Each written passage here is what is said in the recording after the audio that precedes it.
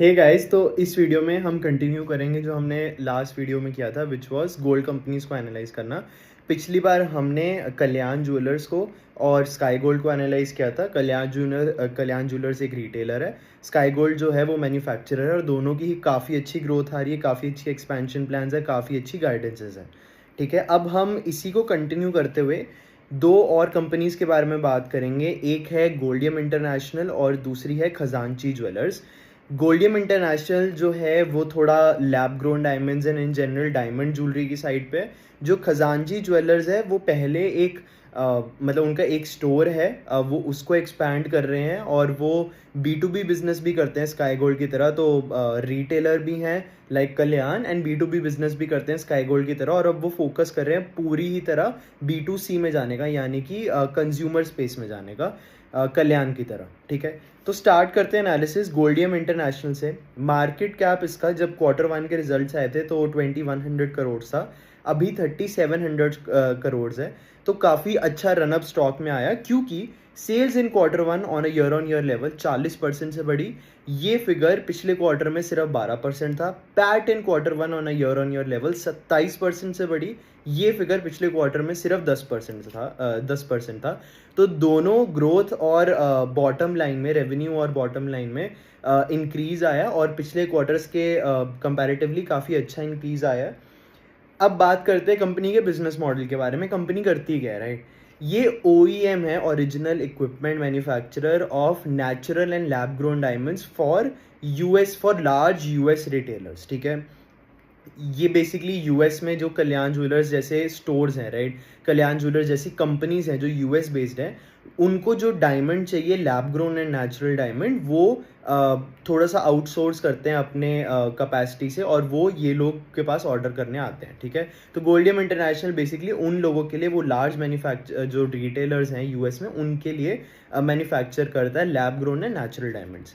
ये उनके दोनों ऑनलाइन एंड ऑफलाइन सेल्स पे देखता है। तो वो जो रिटेलर है, हो सकता है उसकी सिर्फ ऑनलाइन प्रेजेंस हो सकता है उसकी सिर्फ ऑफलाइन प्रेजेंस हो, ठीक है, हो सकता है उसकी दोनों। तो ये सब चीज़ों को केटर करते हैं। ठीक है, इन स्टोर और ऑनलाइन की अगर क्वांटिटी के बारे में बात करें, तो इनकी जितनी भी सेल्स हैं, अराउंड 81% इन स्टोर होती हैं, बाकी की 19% ऑनलाइन होती हैं। अगर आप वैल्यू की बात करो तो ये 80% वैल्यू ऑफलाइन से आएगी, एंड बाकी की 20% ऑनलाइन से आएगी। ठीक है, लैब ग्रोन का जो शेयर है वो अभी 68% हो गया है। वैल्यू शेयर के बारे में बात कर रहा हूँ। अगर 100 रुपये की आपने सेल की तो 68 रुपीज़ लैब ग्रोन डायमंड से आए। ये फिगर पिछले क्वार्टर में सिर्फ 49% था। ये दिखाता है कि मैनेजमेंट कितनी ज़्यादा बुलिश है और कितना ज़्यादा इस पर ग्रो करना चाहती है लैब ग्रोन डायमंड्स में, और उनको डिमांड भी आ रही है, तभी बढ़ रहा है, राइट। ऑर्डर बुक इनकी 1500 मिलियन थी, मतलब कि 150 करोड़ के आसपास। 3 से 4 महीने ये जो हैं एग्जीक्यूट करेंगे, मेक करेंगे इसको। अभी रिसेंटली इन्होंने कुछ और ऑर्डर्स लिए थे। आई थिंक एक कोई 600 करोड़ का था, कोई 700 करोड़ का ऑर्डर था, सॉरी 60 करोड़ का, कोई 70 करोड़ का ऑर्डर था। तो नेट नेट इनकी अभी के अकॉर्डिंगली 200 करोड़ प्लस है order book, which is happened for the very first time in companies history. ये बताता है कि कितनी डिमांड है इनके प्रोडक्ट्स की बाहर।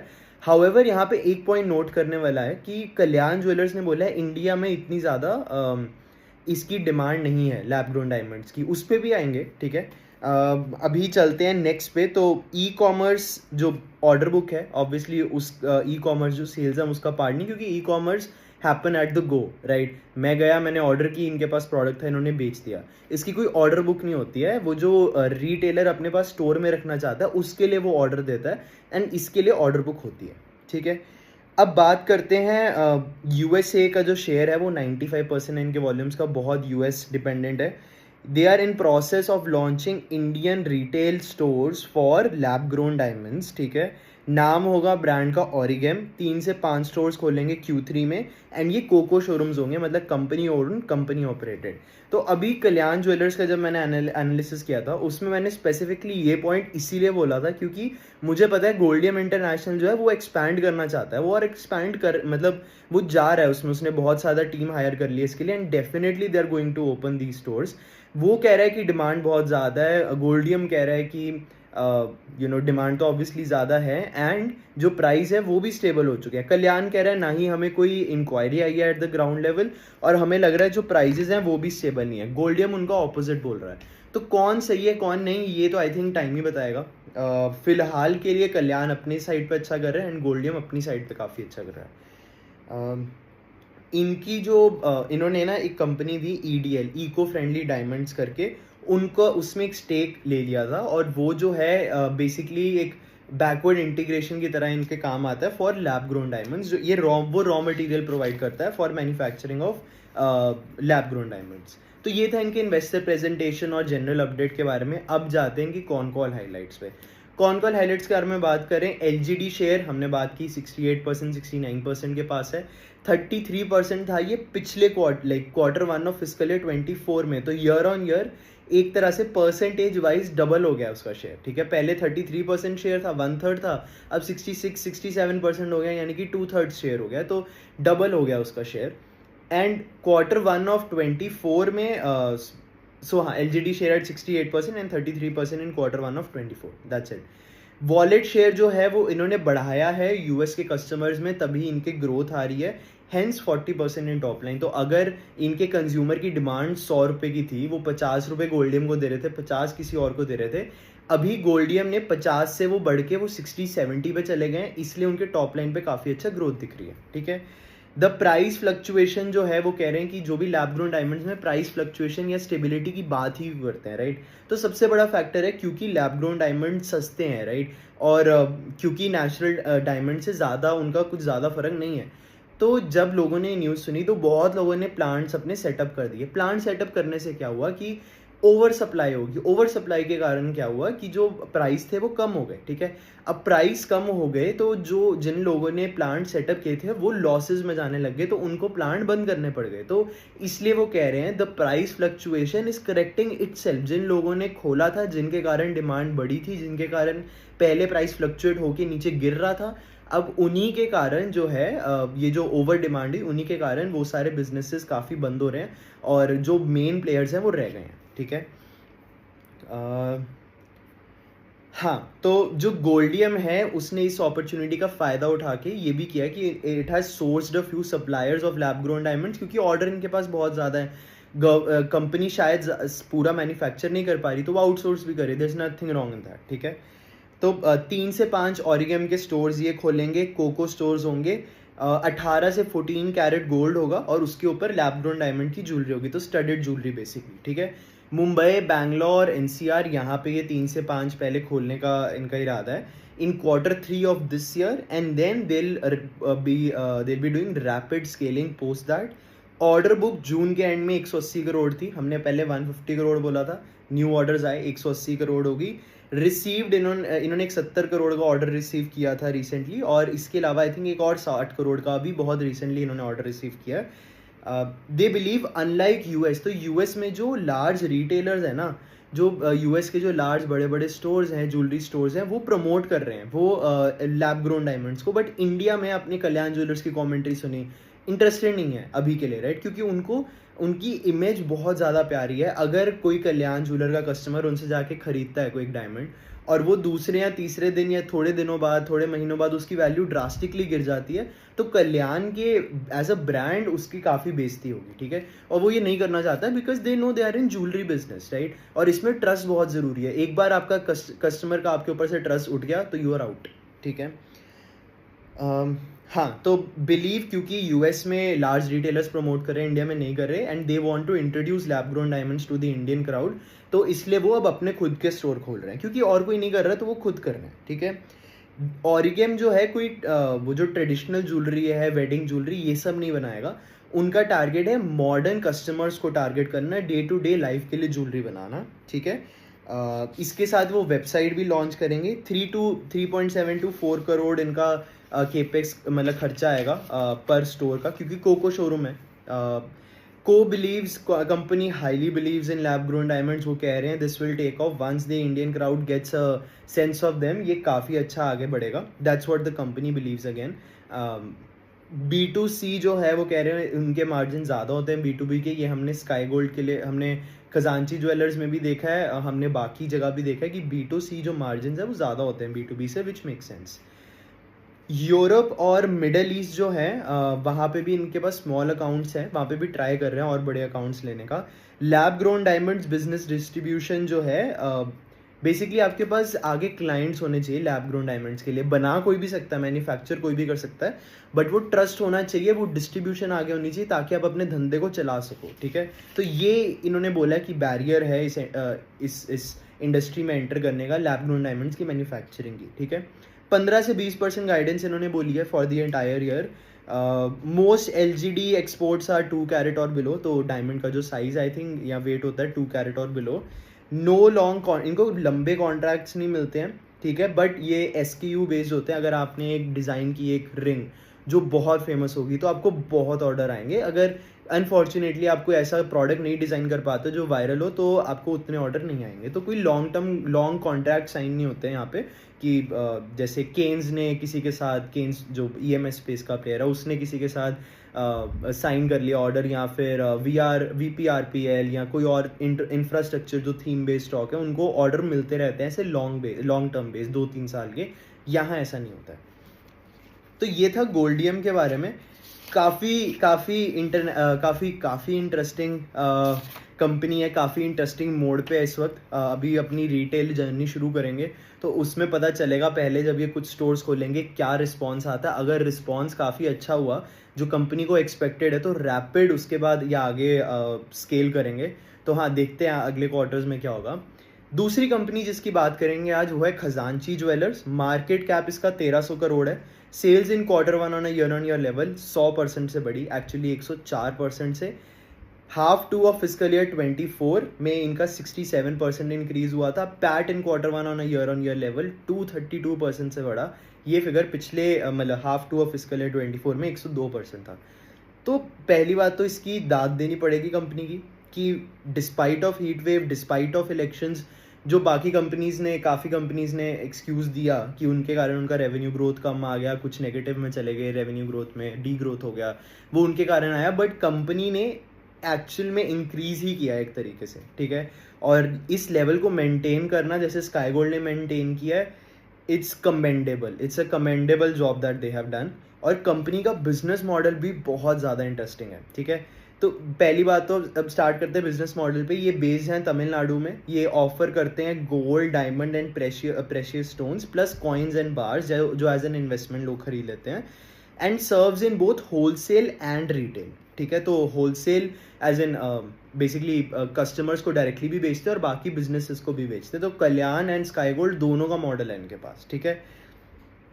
90% हाउएवर B2B से आता है, 10% रिटेल से आता है इनका सिर्फ। B2B जो है वो लोकल तमिलनाडु के प्लेयर्स जैसे KVM, JT मुलर, ये कुछ लोकल प्लेयर्स हैं उनके, वहाँ बेचते हैं। डायमंड सेल्स मेक्स 2%, ठीक है। They procure, design, manufacture and sell to the end customer. जो डिज़ाइनिंग है वो आउटसोर्सिंग भी करते हैं, इन हाउस भी करते हैं। जो मैन्युफैक्चरिंग है वो सिर्फ आउटसोर्स करते हैं। However in the coming 2 years they are planning to set up a plant जहाँ इन श्योर मैन्युफैक्चरिंग हो एटलीस्ट 20% ऑफ देयर नीड्स की, ठीक है। तमिलनाडु 84% ऑफ रेवेन्यू बनाता है, 16% अदर्स, तो तमिलनाडु सेंट्रिक कंपनी है। 82% ऑर्नामेंट्स, 18% बुलियंस। ऑर्नामेंट्स मतलब ज्वेलरी के पीसेस, बुलियंस मतलब वही जो कॉइन्स एंड बार्स होते हैं जो इन्वेस्टमेंट पर्पस के लिए लोग खरीदते हैं। उनमें इतना मार्जिन नहीं होता क्योंकि उसमें कोई मेकिंग चार्जेस नहीं है, ठीक है। जो ज्वेलरी है उसमें आपको कार्व आउट करना पड़ता है, उसको सुंदर बनाओ, डिज़ाइन बनाओ। बट बुलियन और जो बेसिकली जो कॉइन्स हैं या गोल्ड बार्स है उसमें आपको कुछ करना नहीं है, ठीक है। नेक्स्ट ग्रोथ जो आएगी वो कहाँ से आएगी? Expanding showrooms. पहले बात तो इनका एक शोरूम है जो चेन्नई के जानी जाती है, वो वो जगह है, हब है होलसेल ज्वेलरी की, स्पेशली साउथ इंडिया की। And south India majority gold का डिमांड वहीं से आता है, इंडिया से। तो काफ़ी अच्छी जानी मानी जगह पे इनका शोरूम है और उसको वो एक्सपैंड कर रहे हैं। आई थिंक 5 गुना बड़ा कर रहे हैं। आई थिंक 2000 स्क्वायर फीट का 10,000 स्क्वायर फीट कर रहे हैं या ऐसे कुछ फिगर है। तो ये शुरू हो जाएगा I think first quarter of Q4 of physical year 25 या जस्ट पहला या दूसरा month of physical year 26। They want to enter new geographies. 3 से 4 लोकेशंस इन्होंने पक्का की हैं जहाँ पहले कोको स्टोर्स खोलेंगे फिर फोको स्टोर्स कर लेंगे, ठीक है। Q4 में द को हैज सेड कि ग्रोथ रेट इनका 35% होगा फॉर द नेक्स्ट ईयर, और सिमिलर मतलब जो 35% Q4 में इनका ग्रोथ था और जो वॉल्यूम ग्रोथ थी उसमें से 25% थी, यही आगे ग्रो करेगी, बट इन्होंने उससे भी काफ़ी बेटर किया, ठीक है। डायमंड शेयर ये इंक्रीज़ करना चाहते हैं, तो ये इनके ग्रोथ के कुछ फैक्टर्स थे। शोरूम एक्सपैंड करने हैं, जोग्राफीज एक्सपैंड करनी है, जो करंट ग्रोथ रेट है उसको मेंटेन करना है, जो Q4 में ये बोला था ये माइंड करना है, 100% के लिए उन्होंने नहीं बोला है। डायमंड शेयर उनको बढ़ाना है जो अभी 2% है। मैन्युफैक्चरिंग का इन हाउस सेटअप भी ये कर रहे हैं, तो हाँ काफ़ी अच्छा कर रहे हैं। दे आर छठे नंबर पे सबसे इंपॉर्टेंट बात, targeting high retail contribution in their revenues. Basically 25% तक रेवेन्यूज़ ये रिटेल से लाना चाहते हैं, क्योंकि और इससे मार्जिन इनके काफ़ी इंप्रूव होंगे। B2C मार्जिन 8 to 9% है, मतलब जो कस्टमर्स को जब ये डायरेक्टली मैन्युफैक्चर करके इन्होंने डायरेक्टली कस्टमर को बेचा तो 8 से 9% का मार्जिन है। अगर इन्होंने आगे किसी और जैसे मालाबार या फिर कल्याण किसी को बेच दिया, उन्होंने आगे बेचा, तो इनको 4% मिलता है, क्योंकि ऑब्वियसली कल्याण अगर आपसे खरीद रहा है तो उसको भी तो आगे उस पर पैसे बनाने हैं, तो ऑब्वियसली वो भी एक मार्जिन लेके चलेगा। तो ये था इनकी PPT के बारे में। अब हम बात करेंगे इनके इन्वेस्टर हाइलाइट्स के बारे में, राइट। तो Khazanchi jewellers opening 10,000 square feet showroom, जैसे हमने बात की, ये जैन से अप्रैल 25 में शुरू हो जाएगा in Chennai near their current flagship store. At least 30% growth यहाँ से एक्सपेक्टेड है इनको। They are also focusing on recalibrating revenue distribution, तो 90% अभी B2B से आता है, 10% सिर्फ B2C से आता है। ये बहुत ज़्यादा फोकस कर रहे हैं B2C पे। कंपनी ने काफ़ी स्ट्रॉन्ग लैंग्वेज यूज़ की थी इस मोटिव के रिलेटेड, और वो चाह रहे हैं 25% तो उनका है ही है क्राइटेरिया, ठीक है। 8 से 9% B2C में एबिटा मार्जिन होते हैं, और यही मार्जिन सेम मार्जिन B2B में सिर्फ 3 से 4% होते हैं, तो डबल ट्रिपल मार्जिन हैं वहाँ पे। Shifting towards high value temple jewellery, B2B में भी ये काफ़ी स्ट्राइड्स बना रहे हैं, ठीक है। करंटली 0 एक्सपोर्ट्स करते हैं, but they plan on doing so after flagship programme, ठीक है। After the flagship showroom is opened in Chennai, 5 से 6 शोरूम इन 2 years इन दी 3 से 4 locations that they have defined. तो इन्होंने 3 से 4 सिटीज़ को आइडेंटिफाई किया है, वहाँ पे ये 5 से 6 शोरूम्स खोलेंगे, not in each but in total. So 3 से 4 जो सिटीज़ है उनमें मिला के 5 से 6 शोरूम खोलेंगे in 2 years from now, from not now, from after finishing their flagship store opening in Chennai, जो होगी जैन से अप्रैल 25 में, ठीक है, 2025 में। ऑनलाइन प्लेटफॉर्म भी ये लॉन्च करेंगे शॉर्टली। डायमंड सेगमेंट में भी एंट्री करना चाहते हैं। B2C बन जाएगा 25% ऑफ देयर टॉप लाइन, अभी सिर्फ 10% है। मार्जिन काफ़ी बढ़ेंगे, 30 to 40% growth in next 3 years इन्होंने बोला है, ठीक है। तो ये इनकी गाइडेंस रही है।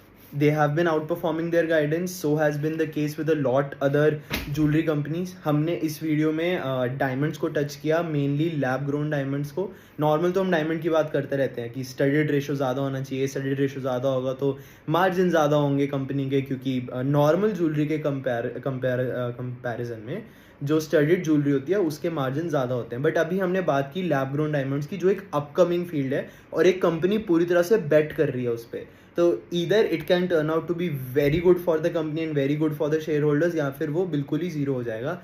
आपको क्या करना चाहिए ऐसी सिचुएशन में? सिट बैक, सी कंपनी कैसा ग्रोथ करी है। 40% ग्रोथ इज गुड इनफ। उनके पिछले क्वार्टर से देखो तो ग्रोथ बढ़ी है, तो एक चीज़ पे तो वो स्टैंड कर रहे हैं कि हाँ हम ग्रोथ धीरे धीरे बढ़ा रहे हैं। इन्होंने 15 से 20% का गाइडेंस दिया है, आप वही लेके चलो। नेक्स्ट क्वार्टर में, Q2 में इनका रिजल्ट देखो, Q3 में ये वो 3 से 5 स्टोर खोलते हैं कि नहीं, फिर उसके बाद जब आपको उसके बाद जो भी इनका रिजल्ट आए उनकी कॉल पढ़ो और उस पर रिजल्ट देखो क्या है। पीटर लिंच ने बोला था कि अगर एक ट्रेन है, राइट, वो पहला स्टेशन दूसरा स्टेशन उसका मिस कर देते हैं, still it's okay to get on the third station, और ये काफ़ी बेटर है to get on the first station itself and never reaching the second station itself, right. तो ऐसा एकदम से कोई स्टॉक पे अपॉर्चुनिटी देखे तो बिल्कुल पाउंस नहीं करना है उस पर, धीरे धीरे उस पर पोजिशंस बनाओ along with the उनके results, along with how they build confidence in you and other retailers। इसीलिए ऐसा होता है कि खजांची ज्वेलर्स चलो 2 क्वार्टर से 100% ग्रोथ कर रहा है, आप उसका पी देखो और आप स्काई गोल्ड का पी देखो, फ़र्क है, राइट? आप उनका पी देखो और आप कल्याण ज्वेलर्स का पी देखो, फ़र्क है। क्योंकि कस्टमर्स में जो इन्वेस्टर्स है, उसमें जैसे-जैसे आप रिज़ल्ट अच्छा लेके आओगे, वैसे-वैसे ही आपका कॉन्फिडेंस बढ़ेगा, इन्वेस्टर्स का कॉन्फिडेंस बढ़ेगा और वो आपको हाईली रेट करेंगे, ठीक है? तो आपको भी वैसे ही करना है, धीरे-धीरे पोर्टफोलियो में पोज़ीशंस बिल्ड करनी है, अगर आप सोच रहे हो do your own research again. तो ये था आज की वीडियो में, और नेक्स्ट वीडियो में हम फर्दर इंटरेस्टिंग कंपनीज को लेंगे। छोटे-छोटे रिटेलर्स हैं, मोती सन्स और डीपी आभूषण, और गार्गी पीएनजीएस जो फास्ट ज्वेलरी है सेगमेंट में, उसको भी एनालाइज करेंगे। इनकी पेरेंट कंपनी का आई थिंक एक वो भी आ रहा है, आईपीओ आई थिंक क्लोज भी हो चुका है, राइट? तो हाँ, very interesting space as of now, काफ़ी हाई ग्रोथ, काफ़ी अपॉर्चुनिटीज़ यहाँ पे, तो क्लोजली ट्रैक रखो इसका। Thank you.